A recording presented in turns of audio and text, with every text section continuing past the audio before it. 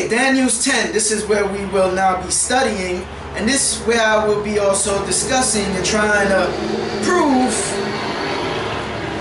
that Michael, the archangel, has a big dealing in our scriptures of truth. A big part that he plays. Now, let's Daniel's 10. Okay. In the 3rd year of Cyrus, king of Persia, a thing was revealed unto Daniel, whose name was called Belshazzar. And the thing was true, but the time appointed was long. And he understood the thing, and had understanding of the vision. In those days I, Daniel, was mourning 3 full weeks. I ate no pleasant bread, neither came flesh nor wine in my mouth. Neither did I anoint myself, he says, till 3 whole weeks were fulfilled. And in the 24th day of the 1st month, as I was by the side of a great river, which is Hadekel, then I lifted up my eyes and looked, and behold, a certain man, clothed in linen, whose loins were girded with fine gold of Upas. His body also was like the beryl. Let's stop right there. Hold that page. And let's turn to Revelations 1:12 as you hold that page. And the word says in Revelations, and I turned to see the voice that spake with me. And being turned, I saw 7 golden candlesticks. And in the midst of the 7 candlesticks, one like unto the Son of Man. So, here he's looking at something that appears like unto the Son of Man. In Daniel's verse 5, it says, I lifted my eyes and looked, and behold, a certain man, clothed in linen, whose loins were girded with fine gold Upas. And in Revelations 1:13 it says, and in the midst of the 7 candlesticks, one like unto the Son of Man, clothed with the garment down to the foot, and girt about the pap with a golden girdle. So, the golden girdle. Here it says, whose loins were girded with fine gold. So, though it may be a little bit different, it's similar. One is Christ before his ascension. One is Christ after his ascension, speaking in the year 90 in the Revelations. 2 separate at different times. Let's continue. Verse 6, Daniel's 10, verse 6. His body also was like the beryl, and his face as the appearance of lightning.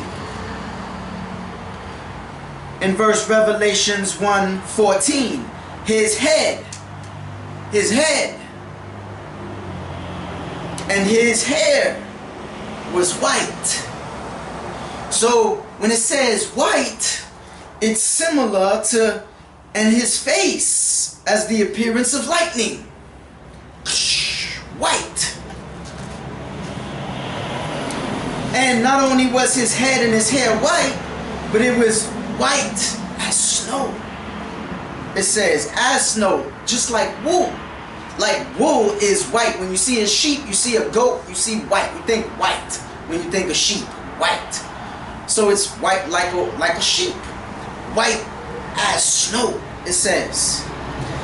And his eyes were as a flame of fire. His eyes were flames of fire.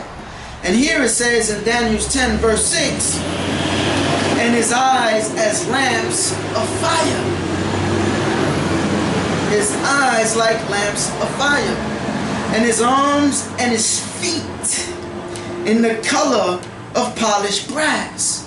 If I take off my feet right now, they look kind of his head was white, his feet are like polished brass. Okay? Polished brass. Here it says polished brass. In Revelations 1:15, and his feet like unto fine brass. So if you take off your foot right now, it's going to look white, it's going to look red, it's going to look different from the rest of your body.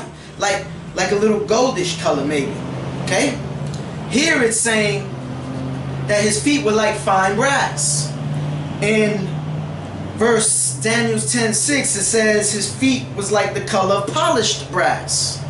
So here we're seeing a similar to the certain man in Daniel 10 and in Revelations 1, like unto the Son of Man.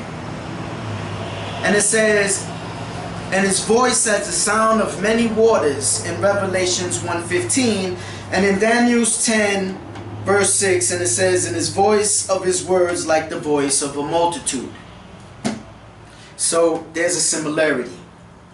I showed you before how angels came down in the form of man, and also 2 left to destroy the city, and 1 was actually the Lord who stood with Abraham. But obviously in the past people called any angel Lord. They seen something early, Lord. So that's a controversial issue, but to me I'm still thinking it was Jesus who said before, and that I am appeared as a man to Abraham. So here Daniel's is seeing a vision of a certain man that also appears as the same similarities as the one in Revelation when he speaks in the red letters, saying that's God himself. Let's continue. And I, Daniel, alone saw the vision, for the men that were with me saw not the vision, but a great quaking fell upon them, so that they fled to hide themselves. Therefore I was left alone and saw this great vision, and there remained no strength in me, for my comeliness was turned in me into corruption, and I retained no strength. Yet heard I a voice of his words, and when I heard the voice of his words, then was I in a deep sleep on my face, and my face toward the ground. And behold, a hand touched me, which set me upon my knees and upon the palms of my hand. And he said unto me, O Daniel, a man greatly beloved, understand the words that I speak unto thee, and stand upright, for unto thee am I now sent. And when he had spoken this word unto me, I stood trembling.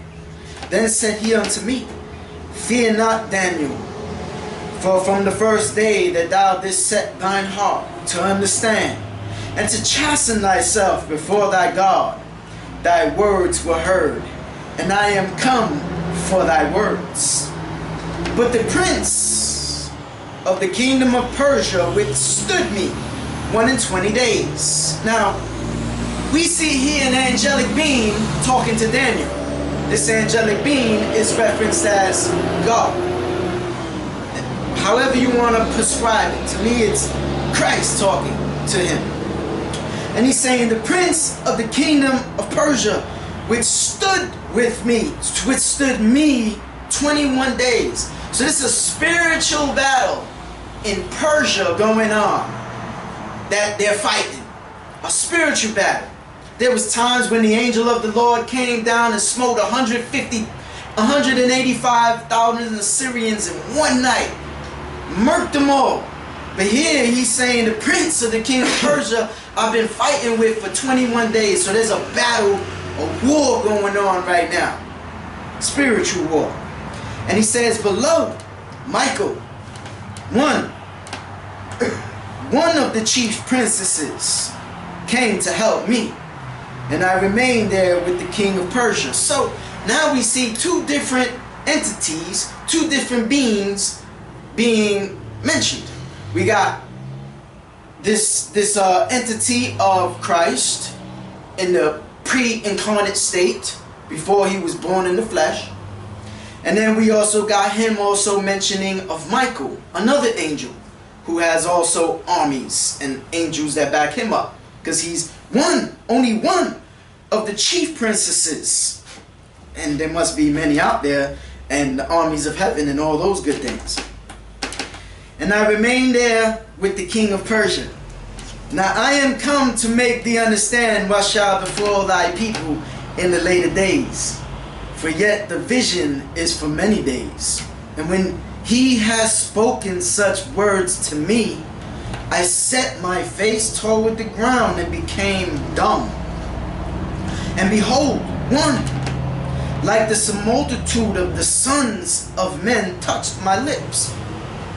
Then I opened my mouth and spake and said unto him that stood before me, O my Lord, by the vision my sorrows are turned upon me, and I have retained no strength.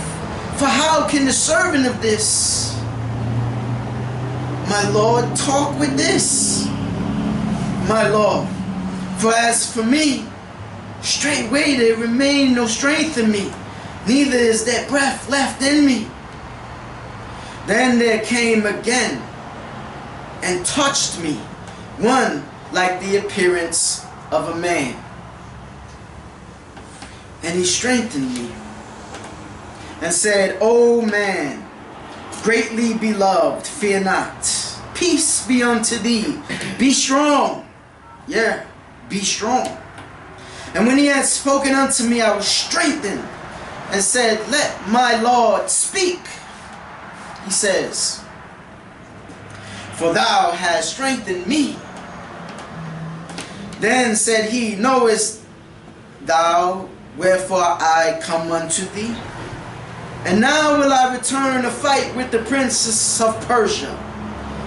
And when I am come forth, lo, the prince of Grecia shall come. Now this is a very important part of Daniel's 10. It says, but I will show thee that which is noted in the scriptures of truth. Now we got this here. This is the Bible. But probably about 2 inches, 2.5 inches thick. Small print. This is the scriptures of truth. But he's referring to scriptures of truth at that time which could fill up libraries. But this is what we get for our basic salvation. So we can understand and learn mysteries, because there's no private interpretation in this thing. It can all be revealed. Even the mysteries of Christ, the mysteries of God can all be revealed. But here he says, I will show thee that which is noted in the scriptures of truth. And there is none that holdeth with me in these things, but Michael, your prince. So Christ is saying that there's nobody else that holds something dearly before God. No one that does not hold the scriptures of truth. There's none other but two that hold the scriptures of truth. The pre-incarnate Christ and Michael, the prince of the people. And that's what the scriptures say. It revealed clearly. And Daniel's and Revelations 1 show that the pre-incarnate Christ and the ascended Christ are one. And he's saying that Michael also holds these things with him.